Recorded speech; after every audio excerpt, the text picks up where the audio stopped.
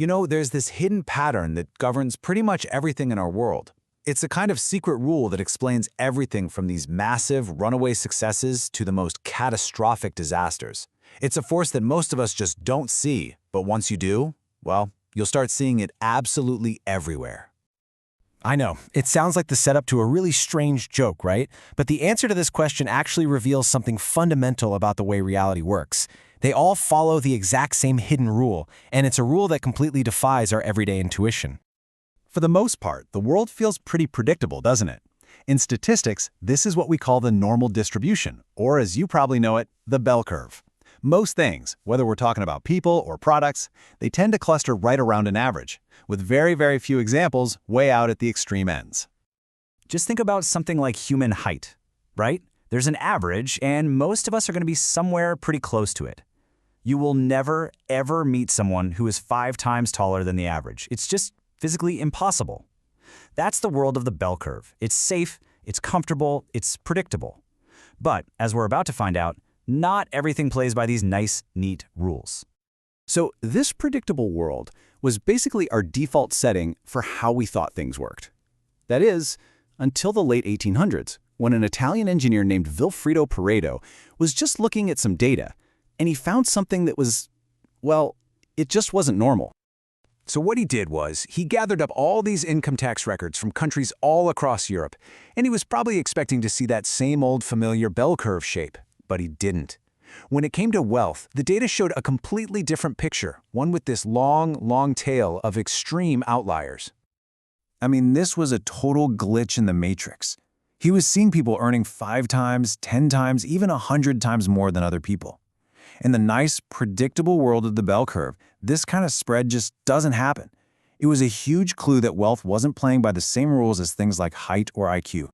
So, to try and make sense of this completely wild data, Pareto tried something different. Instead of plotting the numbers themselves, he plotted their scale, their logarithms. And when he did this, something absolutely incredible happened. The messy, sprawling curve just snapped into a perfect straight line. It was like a hidden order was suddenly revealed from the chaos.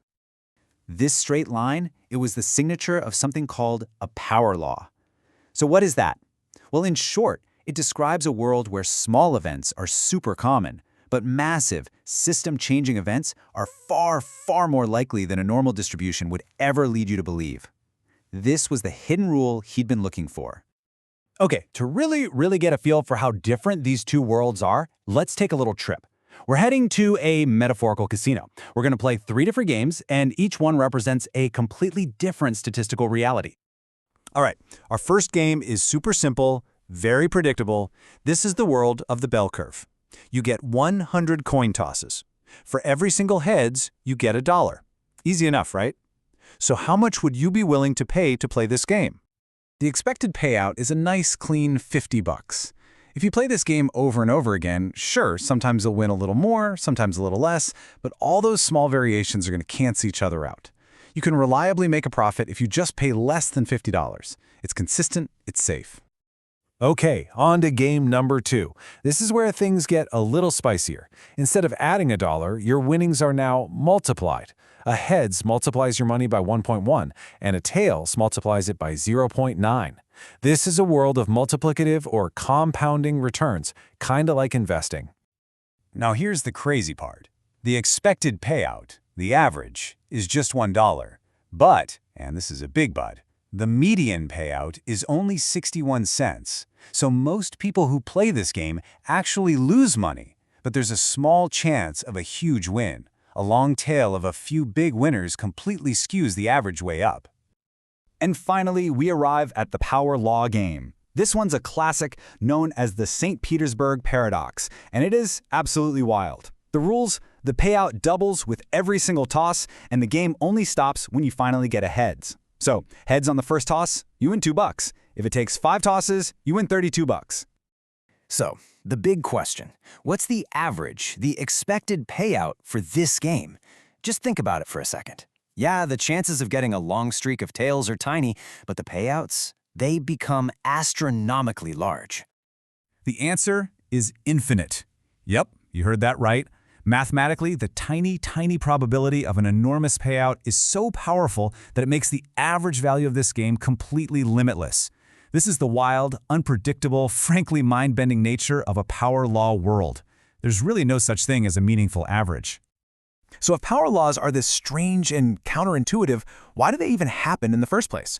Well, it turns out that a lot of complex systems, both in nature and in society, have this weird tendency to balance themselves right on the edge of chaos, in what's called a critical state. A perfect example of this is a forest. As it grows, it gets denser and more interconnected. Early on, a little lightning strike might just cause a small, contained fire. No big deal. But eventually, the forest gets so dense that it reaches this critical tipping point. And now, that same single normal spark can trigger a massive, cascading megafire. The system organizes itself into this fragile state, where an event of literally any size is possible. They call this self-organized criticality. Now, here is the key insight, the thing that really gets you thinking. In a critical system like this, there's no special cause for the megafire. The trigger, that single lightning strike, is the same for a fire that burns 1 acre as it is for one that burns 1,000,000. The catastrophe isn't caused by a bigger spark, it's caused by the fragile state of the system itself. Okay, this is fascinating stuff, but why does any of it matter to us? Well, because understanding this distinction between these two worlds is absolutely crucial for strategy. You have to know what kind of game you're playing if you want any chance of winning it. Look at this. It's like two completely different rulebooks for life. In a normal, bell curve world, like running a restaurant, consistency is king. You have to make good food and fill those tables every single night. But in a power law world, like venture capital or even being a YouTuber, the game is completely different. It's not about the average performance, it's all about hitting that one massive outlier. Just take a look at venture capital. It's the perfect example. Most of their investments fail. They lose money. But that doesn't matter, because a tiny handful of those investments, the top 6% we're looking at here, they generate over 60% of all their returns. A few wild successes pay for all the failures and then some.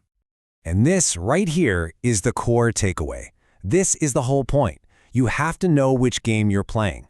Are you in a field where consistent, average performance is what leads to success? Or are you in a field where everything is driven by those rare, massive hits? In a normal world, you need consistency, but in a power law world, you need persistence, the willingness to take shot after shot, knowing most will miss, all for that one chance that changes everything. So I'll just leave you with this to think about. When you look at your own life, your career, your passions, what game are you actually playing? Are your efforts additive, building up slowly and predictably, brick by brick? Or are they multiplicative, where one breakthrough could suddenly dwarf everything that came before it? Knowing the answer, well, it might just change how you play the game.